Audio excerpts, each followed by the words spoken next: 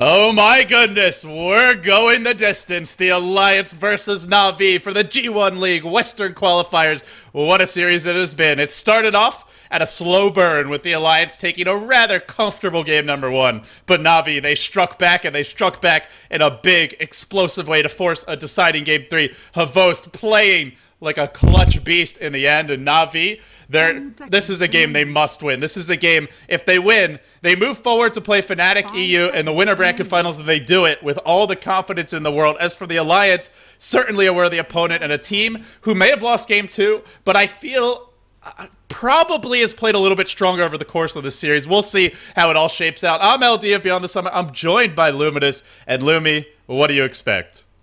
I hope they don't make some big error in judgment as they did in game number 2 during that Roshan engagement. I don't want to really pinpoint that single particular instance of where the game lost. I just want to say that they definitely make mistake in that particular game. And Alliance, generally a very mistake-free team. So Na'Vi definitely played that. It definitely showed the, I want to say, TI2 kind of esque play there, just not making a mistake throughout 55 minutes of long grind fest, which, you know, could definitely make somewhat of a more inexperienced team like Alliance, you know, kind of, they were breaking, sort of. That's how it felt to me. Yeah, it just felt like maybe they just were worn down, maybe a little bit tired. It wasn't their pristine performance from game one, that's for damn sure. And so we head into game two with a more or less clean slate, and I am curious to see how this draft develops. Batrider still in the pool, as well as the Magnus, two heroes that often see bans. Not the case today, though. The Wisp and the Lone Druid banned out by Na'Vi, and they'll take whichever one of those two the Alliance doesn't, and we'll see where they take the draft from there. The Batrider... S4 bad guys. Yeah, but Na'Vi likely to get that Dendy Mag. I don't know. I've never seen S4 bad ever lose the mid lane, unless he's going to give it to Emerald Bulldog, and he's going to be playing the long lane bat. But generally, when Alliance pick up the bat, it's very rare, but very rare they get the bat because he's always banned out. But when they do, he's always playing at mid, S4, and generally dominating. So yeah, we'll see. Well, let's see. A Batrider, obviously a potent hero to have in the early to mid game. Can they turn it into a hero that offers that late game potential? We'll have to wait and see. You can have a few ganks, but that doesn't win you the game by itself. And a wide open draft to start it will be the Dendy Mag, we imagine. You mentioned they have run it off lane once in a blue moon, but Funnick has played it occasionally. It's almost always Dendy who's handling it. And the Alliance, this is what we've been seeing for them much more leading into this game. Is we haven't seen it this series, but we've seen it in all their previous series where they get the early Chen for Ake, the Bulldog Prophet, or sometimes even a hero like the Darkseer, but or even the Lone Druid, but generally leading towards those pushing heroes, and they just have such a strong timing push and so much presence in the early to mid game, which was something they kind of lacked in game 2, Lumi. They didn't really have that presence, and it felt like it really hurt them. Yeah, it felt like they were playing defensive for the most part, which isn't negative by any means. It just doesn't feel like how Alliance normally plays. When they play defensive, they're always building towards a big timing attack of some sort. And that timing attack was never really there for Alliance last game. So yeah, I think Alliance is going to be looking towards some early game farm and some huge mid game aggression. And Na'Vi gonna go back to what works, which is the anti-mage. It's like you said, it just felt like they were waiting for the timing attack and they were farming for it, and Loda just needed one more item and then they were gonna win the game. And he kept on getting that one more item, but they just couldn't win it. And then Na'Vi just had that better engagement at the Roshan pit, the better decision-making as well from Havost, pushing that lane in, and Na'Vi able to prevent the TPs. They give away the Aegis, but they win the game on that fight. And that's really what Na'Vi excels at as a team is they're a team that will make mistakes. I would say much more so than the Alliance, but they're also a team that makes lots of clutch plays if the game goes late. And I think for the Alliance, especially with the kind of draft Na'Vi secured themselves, they'll want to have a significant lead heading into the mid game. It's not that they can't take it late, but I think that's really Na'Vi's bread and butter, is those games being relatively even and going past the 30-40 minute mark. Here's my big question. How does Anti-Mage or Magnus stop 3 Centaurs or huge amount of Chen creeps and Prophets creeps in the front? It's just somewhat difficult. I guess if Anti-Mage goes for some sort of a sturdier build like a quick Vanguard, he can do so, but at the same time, then you're not going to be a late game threat, so Bottle, I'm not sure. I was going to make a joke about Magnus Bottle crowing his way out of that push, but yeah, you can't do that. So we'll see. I imagine they may go for a support, a secondary support that gives them quite a bit of AoE. Something like the Twin-Headed Dragon wouldn't be a bad choice. They do have substantial counter push with Fade Bolt and Shockwave, but it's not enough yet. When you throw a mech, a Hand of God on top of that push, and maybe even an Urn for the Nature's... Well, we don't really see Urn very often from Bulldog. He much prefers his Midas, his Shadow Blade, but maybe we see EGM pick an Urn up. Basically, a lot of heals, a lot of pushing power. I think they'll need one more counter pushing support, and I think they'll be playing basically just turtling on the towers as much as possible while Havost farms up what I imagine will be a Battle Fury Rush, and then we'll see Dendi just trying to find an opening for that RP. I think Na'Vi right now needs to either ban out Dragon Knight or Lycanthrope. Two of the carry heroes that, there you go. Good job, Na'Vi. And I think DK is going to pick up the DK here for that push. DK against Anti-Mage, it's a fairly decent matchup, I do want to say, but it's not as necessary as a Lycanthrope, I think. Yeah, we've seen Alliance sometimes head towards more of the late game carries, things like the Faceless Void for Loda. We saw the Sven, who is a pretty decent late game carry, not the hardest late game hero by any means, but a solid one at that. And the go for the EGM Windrunner, they really like pairing the Ake Chen with the EGM Windrunner, even over what the other supports that a lot of other teams favor. Particularly the Asian teams often prefer to get heroes like Rubik or Shadow Demon to pair with the Chen, and even if they're not going aggressive early, they still like getting that support who can set up the Chen beautifully around the 5-6 minute mark. But the Alliance, it's just a different kind of Chen play. It's more focused on farming, more focused on pulling in that first 6 to 7 minutes, and then when they go, it's not to gank, it's simply to push. And with the Bulldog Prophet either in the jungle or off lane, the push is coming fast and it's coming hard. But I like this from Na'Vi, sort of what you would expect, getting that really strong counter pushing support, and really what the doctor ordered for them. Yeah, generally when Chen is, farming for the first 2-3 minutes in the jungle, you really want your offlane support, or not offlane support, you want your support to zone out the offlane. And Windrunner has one of the best attack animations. She has Windrunner early to get away from things like Darkseer or Clockwork Cogs, whatever the case might be. So that's why she kind of excels as an early game zoner compared to heroes like Shadow Demon, who has significantly a weaker animation and damage output. And we're going to see the carry hero for Loda here. Is it going to be Dragon Knight, or is it going to be something else? Alchemist. It's going to be Alchemist. Well, right. This is a hero that can take it pretty late. You farm really, really fast. You get, say, the Bulldog Midas early on, and we could be looking at double Midas gaming now. Alchemist doesn't really need a Midas, so I doubt we'll see it. But even if he doesn't go for the Hand of Midas item, he effectively has it in the Grievel's Greed. Even a single point early is more than sufficient. And also a strong pushing hero, simply because you drop Acid Spray, and Na'Vi are going to have a hard time fighting through that. It'll be very difficult for Dendi to actually get an RP off this game between Acid Spray, Flame Break Harassment, Prophet Ult, Windrunner Power Shot splashing through, potentially Shackle Shots there as well. To find the right angle for a Blink RP, not impossible, but extremely difficult. Yeah, and for me, it gets scary how Alliance supports always stack the jungle. Keep in mind that anytime that you stack a jungle camp, you're increasing Alchemist farm by a huge amount thanks to Grievel's Greed. Sometimes that max Grievel's Greed gives you more creep kill or more gold than the actual creep itself. So wow, it's a big farming tool. I love this by Na'Vi. Something you'll see so common in Asian Dota. Tinker, a hero that's really fallen off in the Western scene and isn't picked hardly at all. But this is exactly what they need. They get the counter pushing supports, and now they get a hero that can build a Hex, and if he gets a Hex, well, Alliance really only have one super scary late game hero in the Alchemist, and if you could keep him locked down, that'll be huge. I think this is a perfect pick. The only issue is going to be, can they find the levels and farm for him? Because right now, I don't really know where he goes. Do they offensive trialing again? Do they AM? Do they trial in the AM? Maybe that's the plan. I mean, sure, it worked last time. Here's the thing: they didn't have a Chen last time. They being Alliance, I feel like it's a lot scary to go against offensive trialing from a Chen, and also with the possibility of Nature's Prophet teleporting in. You say Alliance not having the ultra late game. They have Nature's Prophet. They have Loda with Grievel's Greed backup. I think they have decent late game. It's definitely not on the same level as a Tinker and Anti-Mage, but they could take it 45, 50 minutes in and still have a very decent shot. Yeah, we'll see. It all depends on how the game develops. And Tinker has been used as an offlane hero before. It's not entirely unusual. If you want an aggressive tri-lane for Funnick, then you can have one of the supports stack the Ancients, and he can farm those to catch up. Both the Anti-Mage as well as the Tinker heading bottom. I imagine Havo's just going to play some wards. Indeed, that's what he is doing. But while we're busy trying to figure out what Na'Vi is doing in the lanes, let's introduce them. They dropped game 1, and it was a rather convincing loss going the way of the Alliance. But Na'Vi, they bounced back in game 2. They now find themselves in a deciding game 3 for the G1 League. Western Qualifiers. Funnick going to be handling the Tinker. Havost on that Anti-Mage has been pulled again heavily by Puppey.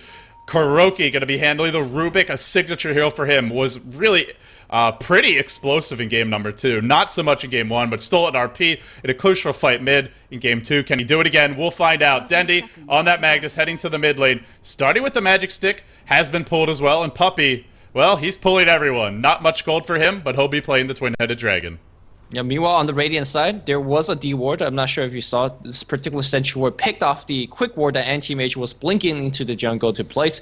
Loda will be playing the Alchemist, Aki playing his Chen. We have Wibber being handled by EGM, Amber Bulldog on that Nature's Prophet, and last but not least, S4 going mid with the Bat Rider. So, very, very standard hero and player alignment, and we'll see. My particular kind of thing I want to particularly watch out for is this mid lane. How well will S4 dominate, or will Dendi hold his own on the Magnus? Yeah, you want to watch that middle lane, and I think it's an interesting matchup. For me, it's all about this bottom lane. They're running an offensive tri-lane Tinker. It's actually rather annoying to play against this, even in the lane, simply because he spams March of the Machines, and you have to last it under your tower. Alchemist, not really the best base damage in the world. He doesn't have a Quelling Blade yet, Loda. I don't know if he's expecting an aggressive tri-lane, but he'll quickly realize that he's not. He'll need a lot of regen to deal with this. He didn't start with Stout Shield, and he was expecting to go Hannah Midas like that. He did in I think game number 1 when he would play Sven. That's not going to happen this game, not against this tri-lane. Yeah, he needs to pick up Stout Shield right now and send the courier to him. Maybe going to go off for a quick Ring of Health if he's going to be going for something else. I wonder what it's going to be going for in terms of a big first item. I don't think Hannah Midas is an option anymore, seeing this particular lane. So maybe something like a Shadow Blade, which is a very, very popular item choice on Alchemist, or it could be something like a Armlet.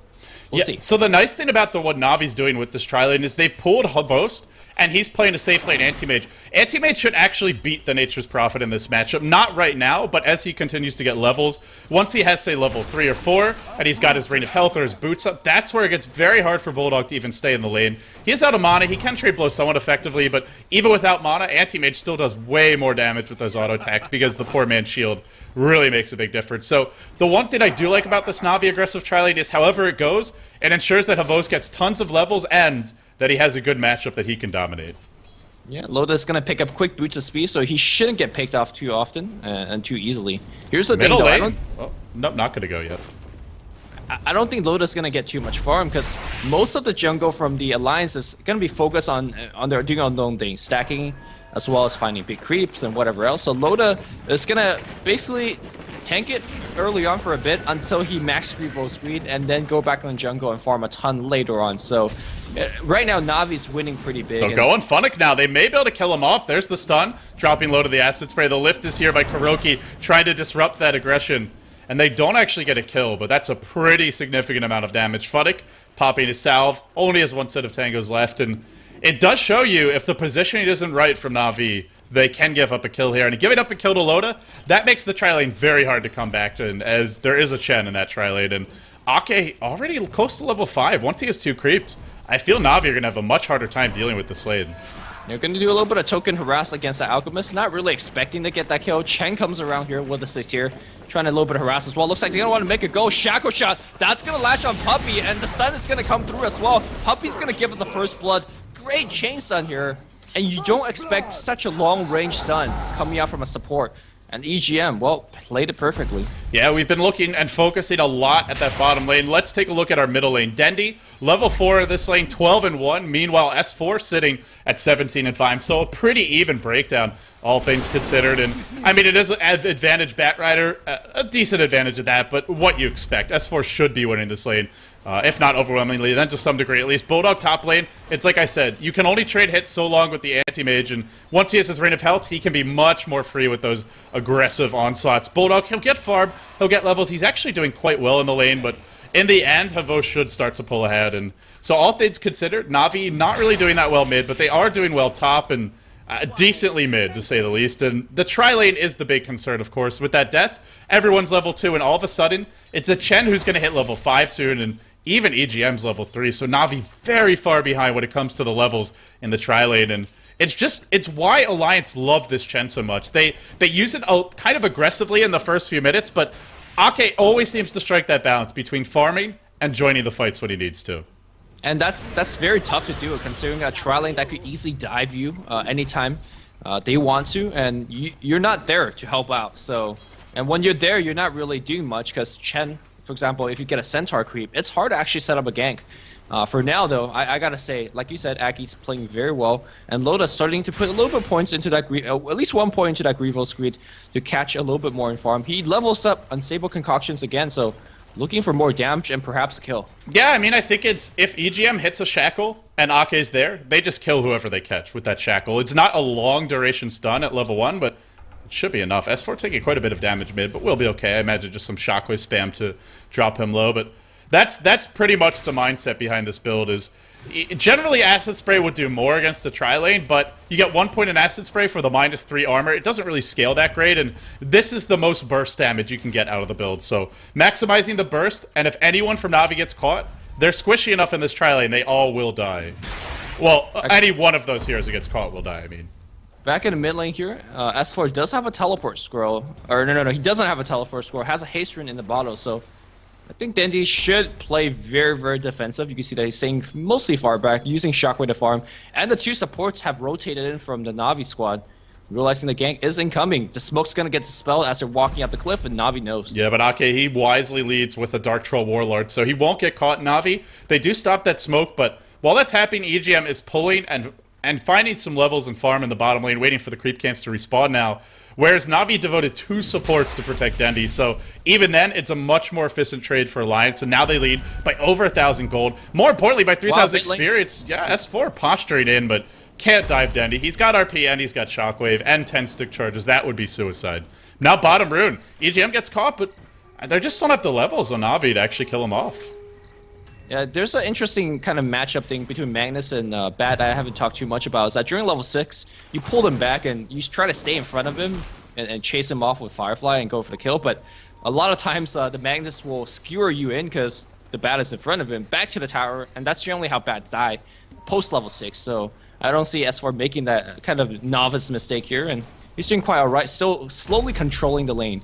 Yeah, I don't think he needs to either. Farm up a Blink Dagger. You have the lineup that has a little bit more sort of control over the map and the longer reach as far as ganks. Kuroki will lift him in. Looks to throw him back. They will skewer him into the tower. S4 could go down. He gets a lasso off on Dendi to prevent the RP. Now he goes to the low ground. He pops his healing, his regen room, but it's not quite enough. He just goes down in the end. Man, if he was so close to getting away. While that was happening, though, Funnick gets picked off by Loda. And I don't think there was any backup aside from a Prophet ult. And meanwhile, man, all the kills happening, and I'm just not able to catch them. My bad. Ake on the run in the jungle. Dendi trying to find him. Kenny, and Jesus Christ, man. Oh my goodness, 4 kills in a row. That is the worst kill streak of misses I've had in a while. Lumi, where you at, my brother? Hey, I'm not the one doing the camera. Yeah, so you could be calling these out too. I called them out. What? Except I haven't heard a peep from you. Yo, I said mid lane, Bat, watch out, and then he died. That's true. You caught the one. Yeah. You're done. You can just go relax now. And I will. Meanwhile, Bulldog teleports up top. Face boot is going to be his breach of choice here. Not too common. Yeah, but when it comes down to a lot of physical harass like this, it's pretty important. Also, you could kind of get away when an anti-mage blinks right on top of you. Puppey playing, despite the fact that he's not really doing much, it feels like, he's been pretty effective in either protecting his teammate from being ganked or applying pressure in certain lane that he's in. So, yeah, pretty decent play from Puppey. Here comes a teleport top from Dendi. He's got RP. He has a level 3 skewer. And they're just hoping, praying, that someone's going to enter this lane. And Bulldog, will he fall prey? He has those phase boots, but a skewer RP should be enough. Dendi, he skewers in. He looks for the RP, but the phase boots keeping him safe. We need a body block from Havos. We get it now. And Bulldog gets caught. Bulldog will go down. Puppey snags the kill. Not really ideal. You'd much rather have that go to Havos or Dendi. But hey, Puppey, he's been starved all series, Lumi. They throw him a bone. Yeah, I mean, I remember last game, he didn't have boots of spill till like 15 minutes in, something ridiculous like that. So, yeah, he's being a lot more effective this game, at least in terms of the gold department. But here comes Loda, as well as a tri-lane push on the bot. They do have a single point into that acid spray if they want to throw it onto the creep wave. The supports are coming in in the form of Kuroki, as well as Puppey, but looks like they're actually going to defend this. I'm surprised. By the way, Funnick is looking at one of the fastest pairs of boots to travel you'll ever see, considering how the tri-lane went. I mean, he's an offensive tri-lane tinker. His tri-lane gave up first blood earlier. He's 0-1 at that, and yet nonetheless, He died earlier to load a solo. He wasn't the first blood, but I mean, he's finding the levels, he's finding the farm. The Ancients, I imagine, the main place where he's gotten them. Some CS in the lane as well, and he was able to steal a few jungle stacks with his March of the Machine, so great play from him. And in spite of Na'Vi, I mean, by no means having an advantage right now, they get to the mid game, they have Boots of Travel and rearm on their Tinker and level 3 March. That's really going to blunt the pushing power of the Alliance. Yeah, and if they want to just, let's say, chill the Tinker on the bot lane and constantly spam rockets on Loda, that's going to be definitely very annoying for him. S4 trying to set up gank on the bot lane, he walked towards that. I love, by the way, this ward placement. It's very, very difficult to D-ward. It also sees teleportation going to the top tower, and it definitely saw S4 trying to sneak up some ganks up onto the top lane. So I think S4 in that particular exchange lost himself quite a bit of time because he's very close to that blink. I think he should just rise that one extra 1.5 wave and I imagine he'll do it now, and there will be an Invisor and Funnick going to pick that up bottom very close to his Boots of Travel. Could honestly just walk back to base and have the gold because he's going to need mana anyway, but it looks like he'll chill bottom, see if a creep comes his way. And one thing is, he's not level 6, but he'll get it soon, and even one kill should be enough. So Havos continued to farm, and Na'Vi this time is angling late game, and I really like this choice. Last game we saw, or the last time Havos played anti-mage, we saw him go for the early Manta style, and it somewhat made sense just because they were up against the Phantom Lance and Keeper of the Light, rather dangerous to sit back and just trade farm. But this time around, I think they easily have the late game. Bulldog going phase boots. Sure, he's done a decent job in the lane, but this is not your early Midas Prophet. This is not a Rice Prophet. And Alchemist, sure, he's like getting level 3 in Greevil's Greed, but by himself will not outcarry what Na'Vi brings to bear in terms of a Tinker as well as an anti-mage doing the big damage. So I think it's good builds all around from Na'Vi, and actually a comfortable position, considering they are down in terms of golden experience. Kuroki will get picked off mid to S4. Lasso and the Blink Dagger were used for that. The Blink Dagger now revealed, so picks it up and finds a kill.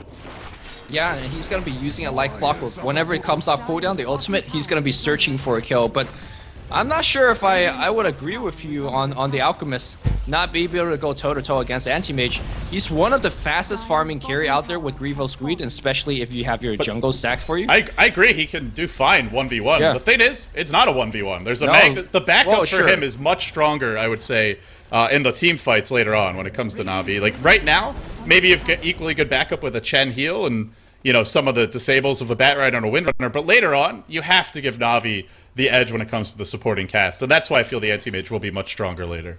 Yeah, it just depends on when Alliance decides to make a big go. I think you finish the Shadow Blade, start to knock down those tier 1 towers. Top lane, skewer in, looking for EGM. Caught behind the trees, he will find a 2-hero shackle. That's a level 2 shackle. I don't know if it's enough, but in comes Dendy. Oh, in comes Bulldog rather. Can he find the kill on Dendy? He won't. Barely gets away, and the stun from Loda is there. The Shadow Blade delivers a kill. Oh man, they blew RP, and all that was happening, they also lost their twin-headed dragon. It looks like S4 picked him off, so without a lasso was able to do that. That's a really, really bad engagement for Na'Vi. And we're going to see a tier 1 push because you're not going to be able to defend this Chen creeps in the front. The ability to Flaming Lasso and Blink Initiate, and it's hard to stop this push when you lack the AoE. Sure, they have Shockwave, they have things like Fable, and of course the March of Machine, but Funnick doesn't have the mana to really utilize it. He doesn't even have a single point into the heat-seeking initial, which is actually a big part of slowing down the push. Well, he doesn't have the most levels, but that'll change very quickly. With Boots of Travel and Soul Rain up, he'll start to find farm. The Ancients being stacked, they have actually been warded, and Kuroki, I imagine, after seeing this stack fail, will look to deward that, as it's a crucial source of income for them. But good news is, Battle Fury is coming soon. Havos sitting on about it needs about 1,200 gold or so before he picks that one up, a little bit less. And Funnick, he's pressuring the bottom lane, so if they can find the Battle Fury and not lose, say, more than one more tower during that time, I think they'll have the ability to stall the pushes and keep the lanes pushed out. They're hoping for this TPN from Havos. Oh, no. Here comes your Bat Lasso. It's going to catch Havos down. He's in trouble. He's got that blink, but he will be stunned. He's dropping fast. He will go down. The Alliance just waiting in the bushes, and they find him. That's a crucial kill. That Battle Fury now delayed by at least 1, if not 2 to 3 minutes. Here's the thing, if Alchemist picks up Shadow Blade into BKB or Shadow Blade into something that lets you fight in the front line like a Soul Carriers, it is so hard to defend it. Looks like we are going to see plate mail, so either Shivas or AC. And I think it's the AC. I mean, it's just so good at bringing towers down, but either way, lets them be in the front lines. Yeah, I mean, the only reason I don't say AC with the absolute certainty is that you have to deal with laser.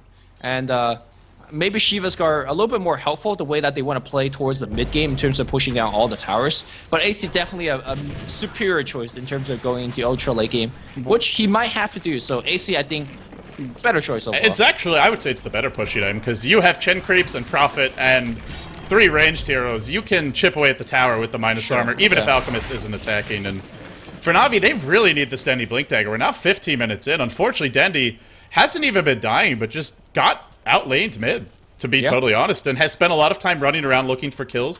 On the top lane, we saw that earlier gank. Yeah, he escaped, but spent a lot of time just to pick off that EGM support Windrunner. So, unfortunately for Dendy, just hasn't found the same kind of openings he did, and as a result, delayed Blink. Meanwhile, Batrider has found the same opening. Look at him. Flaming Lasso wasn't even cooldown when they smoked together. He knows it's going to be off cooldown, and he's going to be looking for another kill. Goes back to what I said. He used it like a clock. Whenever it's ready, he's there to hunt kills. And I think Na'Vi might be up to it as well. And sure, they don't get this kill, but they buy Loda a ton of room to farm. And free farm at that, right in front of the tower. Oh, Dendy might get picked off right here. There's your Blink, the Lasso, pulling it back. Too easy. Well, yeah, with the Alchemist done, the Acid Spray, the Flame Break to clean it up.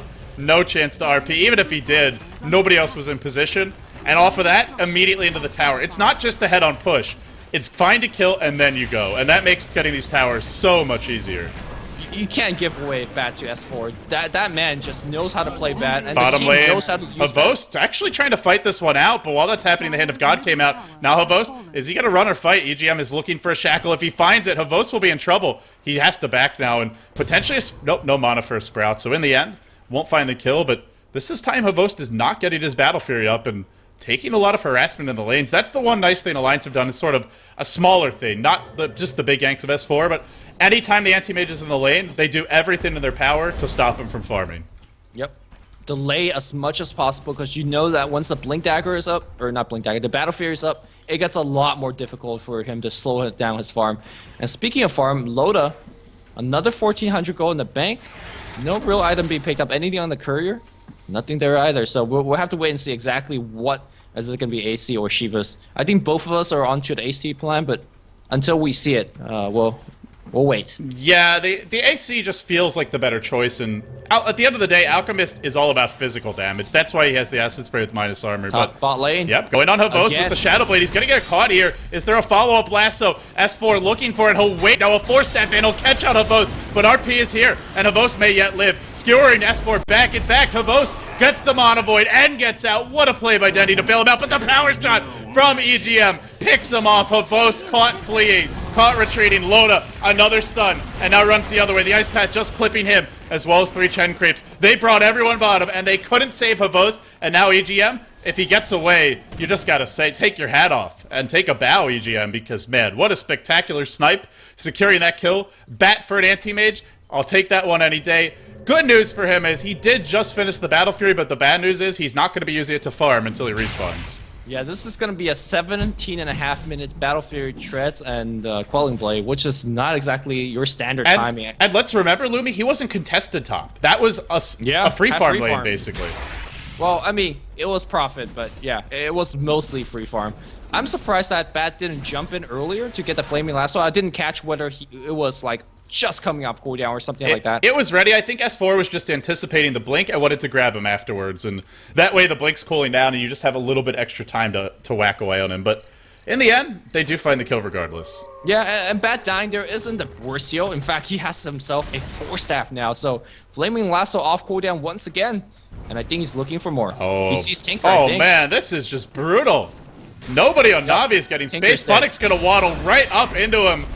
They came from well behind, and now that's actually a gyrocopter line, I feel, but regardless, they did come just from straight on, and Funnick's probably just scratching his head like, how did I end up in that situation? For Na'Vi, just getting picked off too much, and it's the lack of vision that's really causing it. You look at the map right now, Lumi, they see nothing, and I imagine they would love to get these wards up, Puppy sitting on them, but going out to place those wards is exactly how you end up dying, just like what we saw happen to Funnick.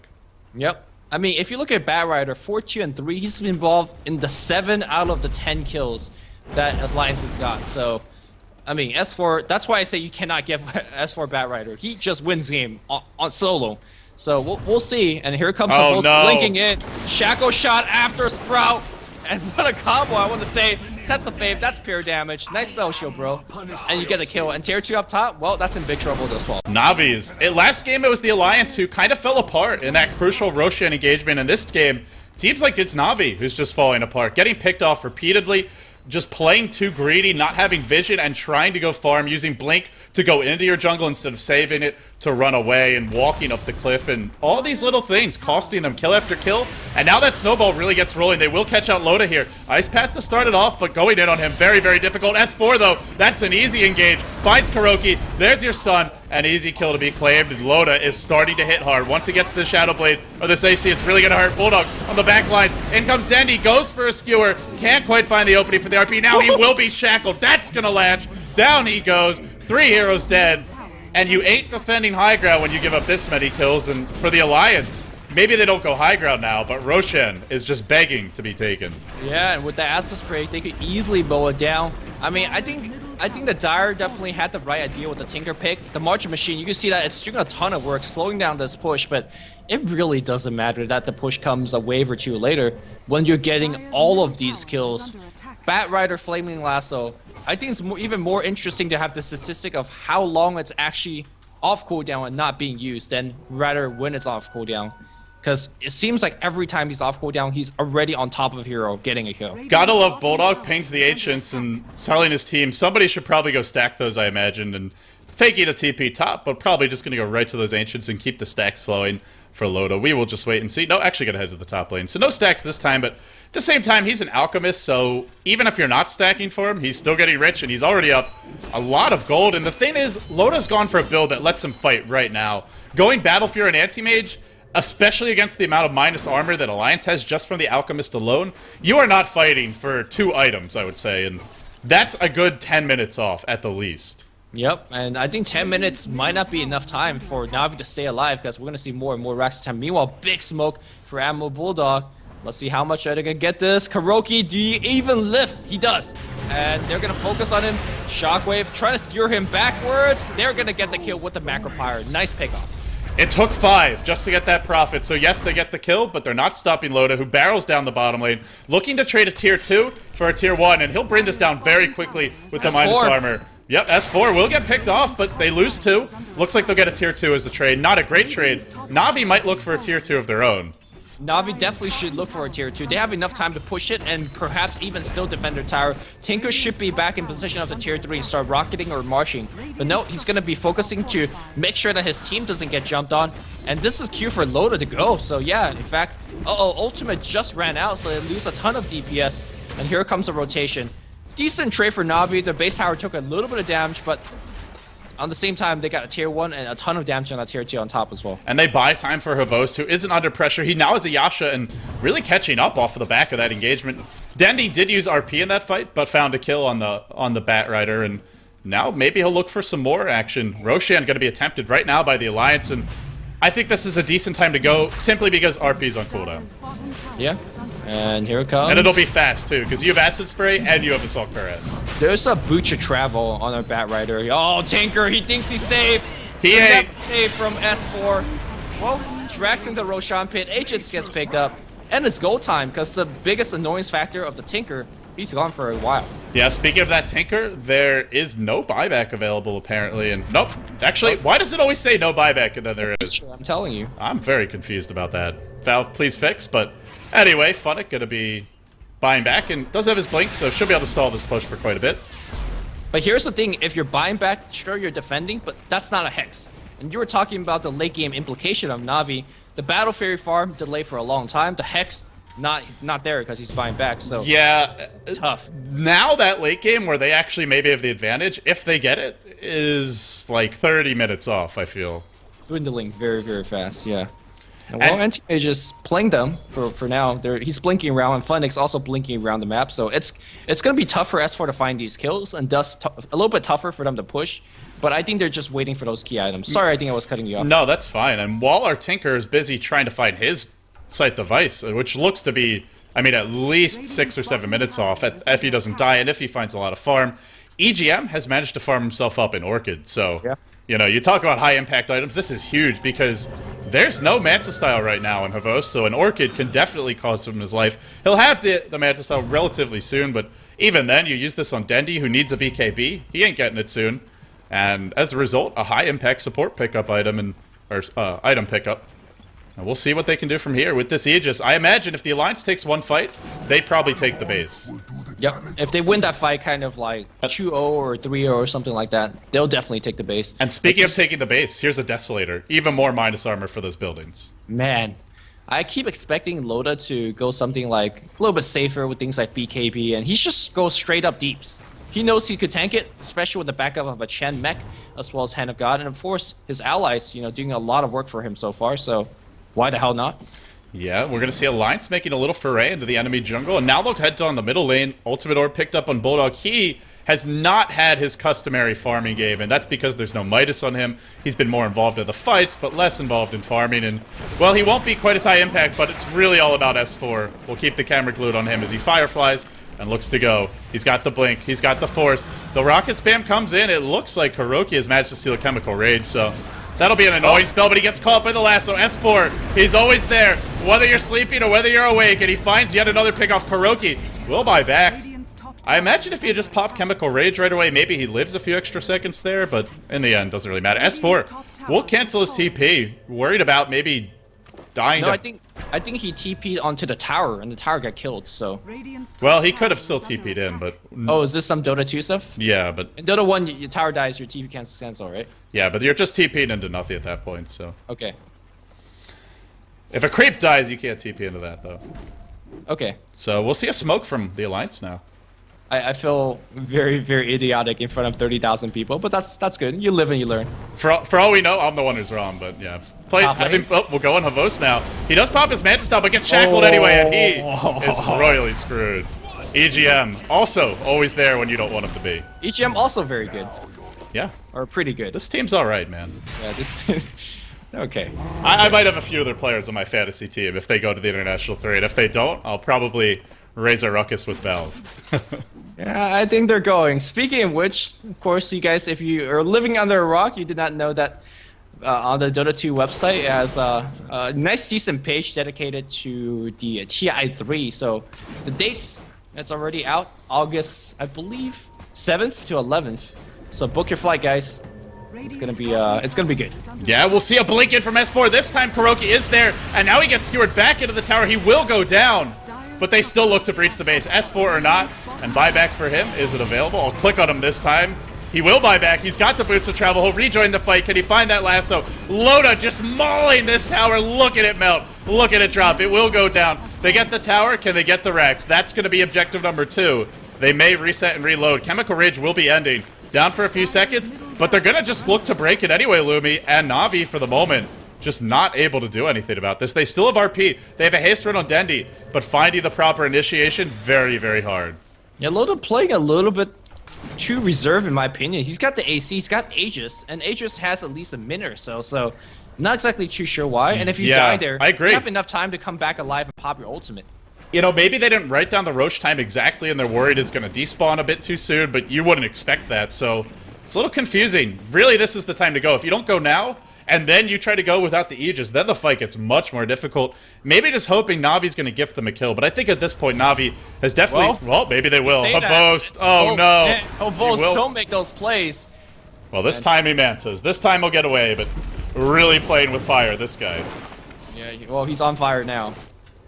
But, I think if your Alliance, you should have made that push. But, you know, they were playing a lot more defensive than we would, because, hey, we're not playing for a chance to go to China, so... Yeah, speaking of which, if you've been living under a rock, this is the G-1 League, the Western Qualifiers, the first ever major Chinese Dota 2 event. Hell, major Chinese event to hold online qualifiers at all, whether Dota 2 or Dota 1, and the first, it was the first event as well. To have an English broadcast. Havos will get caught out, pulled back in, but they need a shackle here, I think, to bring him down. They won't find it. Now he mantas out.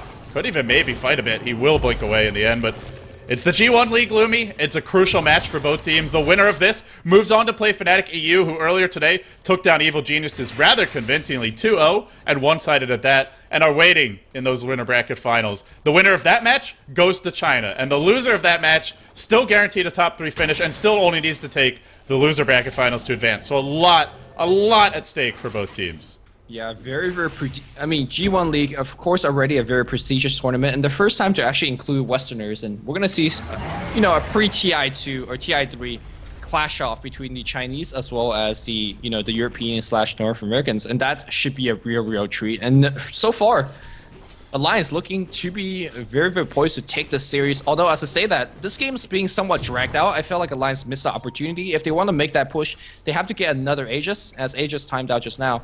So, I don't know. Well, if they get Roche number 2 and they now have a Bulldog Sight device and maybe, I don't know if they're building a pipe, it would be a nice item to get, but, well, no, maybe EGM goes for it now. He picks up the Ring of Health, and I think it's something they really would like to get. I don't know if it's worth delaying as long as it'll take him to farm, but Loda's also up to 3.6k, so it's not like he isn't farming while this is happening, and he's still got room for one more item. Maybe he gets a Manta style here, a great pushing item on Alchemist, and kind of your old school classic Alchemist carry build. Even look at that MYM Navi match, is getting the Manta style on him, and, well, we'll see if he goes for it, but something along those lines to help them push into the base, I imagine, would be the choice. Yeah, Manta style, not only does it help you push in the base, it also debuffs that very key blind coming out from the Tinker. And if you want to go a little bit more old school with bottom the lane, BKB, Abos, Blink, and then a Lasso gonna pull him back in. Bulldog now with his own sight device, trying to go to work, but that's a 2-hero Blink RP, and this is potentially big trouble. No, Hand of God comes in, S4 still alive, on the run. Can they bring him down? Dendi skewers him, wants some revenge, gets some revenge at that, and when it's all said and done, top lane. Avos is brought away to safety, but it's middle lane. Loda's gonna go straight for the racks. They are exposed. He's chopping away. There's no glyph. He may get it. No, back off. He's worried about getting picked off here. When it's all said and done, Na'Vi, they defend their base. They find a couple of kills. RP is on cooldown. But I'm not sure that can really be punished right now. Yeah, I mean, he couldn't got that rest because of line on top, so good job by Loda backing off. For me, Kurogi, outcoming from the team fight, was able to steal Hand of God. So I don't think Anti-Mage will die with the Hand of God backup. And that means Havos can play as ham as he wants and should be okay. Yeah, he'll want some extra cheese with that ham, I imagine, and yep. We'll see if he can find it as this game drags on. Oh man. Really struggling here. Need some more gas in the tank.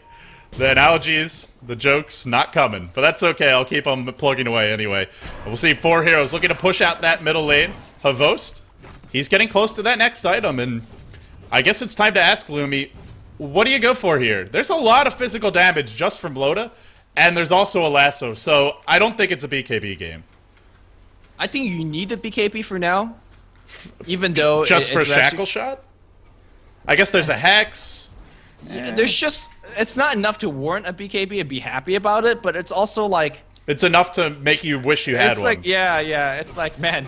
Can I just have an Omni Knight or something like that on my team? Maybe just go for the heart, but it feels very greedy. Meanwhile, though, BKB is up on Alchemist. And this is going to be the choice. So, and now with the BKB, I mean, I think a Manta style offers you a similar utility in terms of just allowing you to push a little more confidently, but this one means there's a lot of magic damage on Na'Vi, and aside from the March machines, which does go through BKB, he could just tank it all up and not really care. And now Havos is going to push onto the high ground. Top lane looking to go while this is happening. The Alliance waiting for Roche to respawn. A nice little timing, but Bulldog is going to catch Havos by surprise. He'll start with an auto attack. He won't use the Scythe. I thought maybe they would look for a kill, but they just want to drive him off, and they're going to go Roche. And look at this Roche melt. No way does Na'Vi get this. Not with S4 flying high. The Batman in the sky. It's the bat signal, and it drives the Jokers in Na'Vi off. Yeah, Admiral Bulldog knew that he wasn't going to get that kill on AM, and he doesn't know whether a fight would break out at the Roche pit, so he wants to reserve that Hex ready in case he needs to TP back in. And now with the Aegis up on Loda, they could just go. I've been saying that for a while now, and I really believe it, so... It's getting to that point where it does feel like if they lose a big fight at the base, the game could just start to fall away for them. And one of the reasons is Funnick almost has a sight device. Yeah, you lose this fight, you give it to him. And Anti-Mage... I think I said like 8 minutes, and it probably was even more than 8 minutes ago he might have it, but all that being said, it's close. Yeah, of course, Anti-Mage on the top lane also split pushing. He's also got 5k goals, so if he wins this fight, he gets a full heart. I don't know, man. This is looking quite risky. But do they want to wait? That's the. No, they can't wait. I thought they should have made that push. They'll go S4. He'll catch out Puppey. Can they bring him down quickly? He will get caught. Oh yes, they can. Can they ever bring him down quickly? They get Puppey in a matter of seconds. Even if he buys back, he's not a crucial hero. It'll be much more about Dendy and his big Blink RP, but you have to catch the backline heroes because Loda, he's got the Aegis and a BKB. Actually, something stolen by Kuroki. It will be Unstable Concoction. The Rax will go down. They're not counter-pushing. They're not getting to trade. Na'Vi are maybe just going to give up one lane of Rax and not even try to fight. And for the Alliance, that's the trade they wanted, which is basically they get everything, Na'Vi gets nothing. Pavo's TP back at the start of that push literally stood and did nothing. I'm not sure whether I was a big fan of that defense. I'd rather see him do a little bit of split push, at least force the Dire or the Radiant to make an interesting decision. Do you back out in the middle of the push and then you give Dendy to chase and RP them? But he TP'd back and just sat there. I think the problem is when Loda has 2 items that give you minus 11 armor on buildings, and he's Alchemist with the lowest base attack time in the game and some decent attack speed between Assault Caress as well as Shadow Blade. I think the difference is you just don't win in a base trade. There's no way that Anti-Mage brings down buildings as quickly as the Alchemist. Funnick will get caught, scythed up, and now tries to TP out. He just picked up his Scythe device, but he will go down. Oh my goodness. No buyback. No buyback. That probably is game. I mean, Anti-Mage is going to try his best to provide whatever distraction he can. He does have the blocking bar. He does have buyback. It's time to man up and there's no TP on him. By the time he gets here, it will be too late. Havost is going to be ushered away. That's 2 lanes of Rax, and that's for nothing in return. Na'Vi just kind of falling apart. Pavo's, why you no TP? Well, it might have been on cooldown anyway. I don't know if he... No, it's definitely been used for longer than that. Well, even with it, would it have mattered? Hobos will get caught, lassoed up, and this just feels like the story of this game, but a huge Blink RP, the cleave coming through isn't enough. Bottom point, slamming and jamming, 3 heroes dead. Now it's up to Loda. Can he man-fight his way out? He's on the run. They don't seem to have detection, so I think he'll get away. There is actually dust. He'll come out, and he'll look to go. There's your flame break. Will be a blink away. They did get 2 lanes of Rax. They didn't actually lose their Aegis. 7,000 gold up, by the way, on Loda. That's a lot of freaking gold for Loda. And he's got the inventory slots to, once this Aegis disappears, buy that 1 extra item.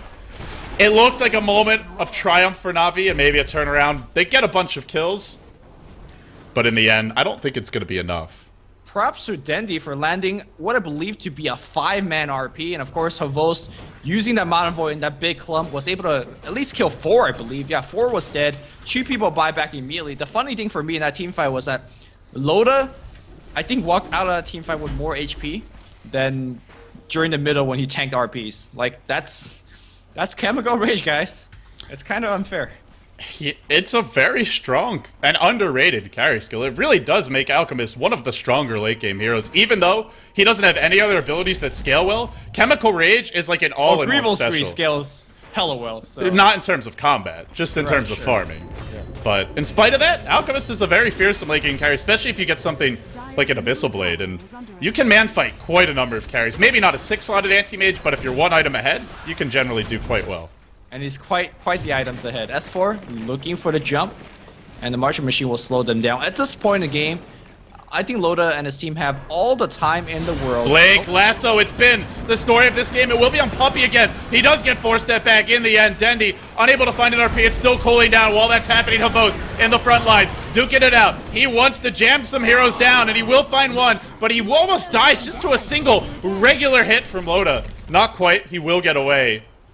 They have RP, they have their Blink Hex combo, but Loda's already breached the base. He's just going to work on the tower. There is no glyph, and with S4 always in the front line, they just can't jump on Loda. He's got RP time. He's got the Aegis. I don't think a big RP is going to do it, man. They need a lot more than that. There will be a lasso stolen by Kuroki. That might be the lot more they need. Loda's dropping low. He still has Aegis. He's still in Chemical Rage. He's not even dropping. Everybody in the midst of this fight, though, is finally Loda will go down. The damage they needed was there, but he comes back to life, and the Rax will fall. That's now almost 3 lanes of Rax. They're just 1 ranged Rax away from Mega Creep. Havost, he needs to get 3-4 kills right now, I feel, to turn this game around. EGM on the run, looking for some more. Can Havost find them? It looks like EGM probably going to go down here in the end, but oh, maybe not. There's your shackle. No skewer. EGM Dota, ladies and gentlemen.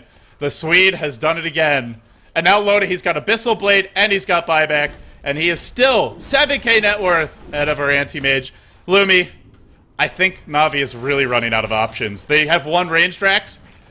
Even with a Tinker and an Anti-Mage with Battle Fury, you still just don't leave your base. Can you count how many times that S4 initiated a fight and started a teamfight 5v4? It felt like every single fight, and I think it was every single big fight that they had. Yeah, even if it's just catching out someone like Puppey, it's a 5v4 fight.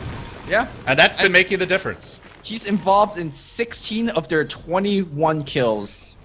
Just mind-boggling with that kind of play. And it's almost crazier than having, you know, like 20 kills in a 50-kill game, because when you have this few kills, it's like every gank is magnified. And so, you know, if you make that one mistake, can cost your team the engagement. He did get lifted once by Kuroki when he went in, and he's died 7 times, but he's made those deaths count. He's initiated, and even when he's alive and he's not finding kills, he's creating space for Loda within the fight so that Loda can hit the racks.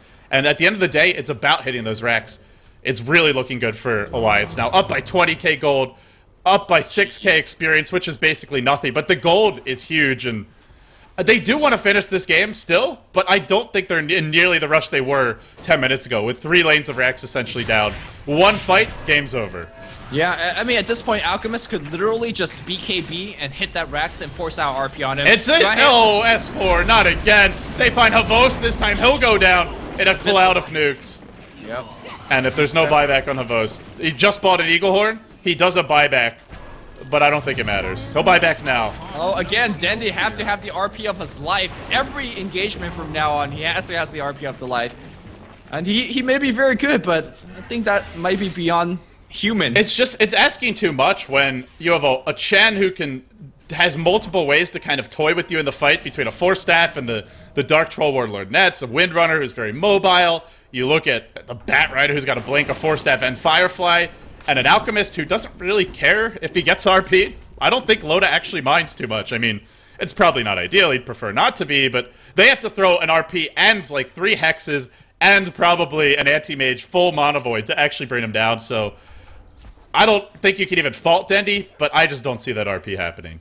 Yeah, and right now, Havos, this particular game has been caught out multiple times, and it's making his carrying job a lot more difficult. Maybe this is going to be a clever bait on the mid lane. Here comes a TP. That's going to be from Tinker.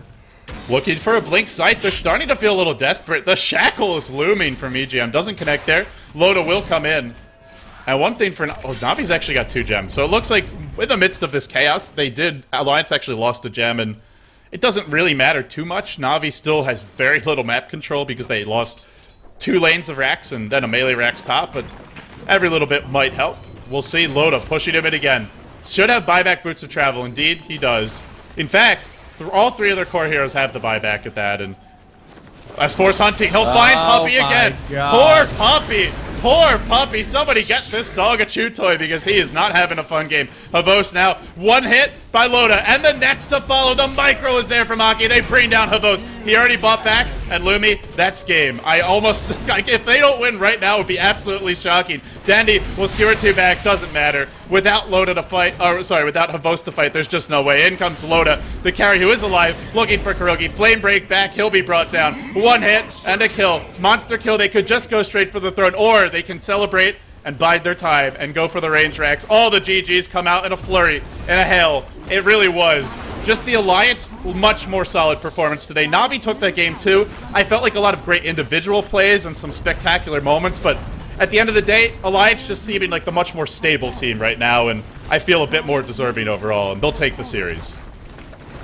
You said it better than I could, and well, that's the game. S4 Dota, X Factor for this game. Loda carrying the load, and I gotta say, everybody on the Alliance played very well. Na'Vi looks a little bit flat.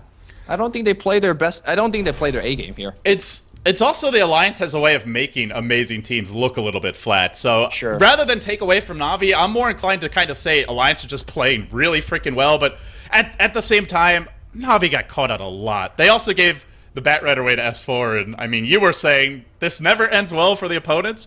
I haven't watched as many of their games as you have, but it certainly felt that way to me this game. So in the end, it will be the Alliance taking the best of 3 from Na'Vi, ripping it away from them with this deciding game 3 and moving forward, striding forward to face Fnatic EU in your winner bracket finals for the G1 Champions League Season 5. Winner of that match goes to China, punches their ticket to the event, gets the free accommodations and flights, all paid for, expenses paid. Looking like that will probably be happening sometime in May, but not announced or fully confirmed yet. So we'll see what the exact dates are. As for Na'Vi, they drop down and they will have to fight Team Liquid. We now have 3 North American teams, all in that losers bracket. A lot of them are going to be dropping like flies. Can Na'Vi battle their way through the masses to emerge and have another shot at maybe no Tidehunter, or the Alliance are probably, I think, more likely they'll be playing Fnatic, but we'll see. Really comes down to those next few matches. For Na'Vi, the path just got a lot tougher, and for the Alliance, one step closer to that trip to China. I'm LD at Beyond the Summit. I was joined here today by Luminous. We are Beyond the Summit. We are David and David. If you enjoyed our casting, be sure to follow us. Twitter, Facebook, YouTube.com/LDDota for me, and more importantly for the lovely Luminous. Facebook, YouTube, Twitter.com/LuminousInverse. Thanks for tuning in, guys. And we hope to see you tomorrow when our G1 League action will continue. We'll take a trip down, I believe, to the losers bracket where Team Liquid will fight Na'Vi and EG will fight Dignitas. But for now, it's going to be LD and Luminous signing off. See you tomorrow.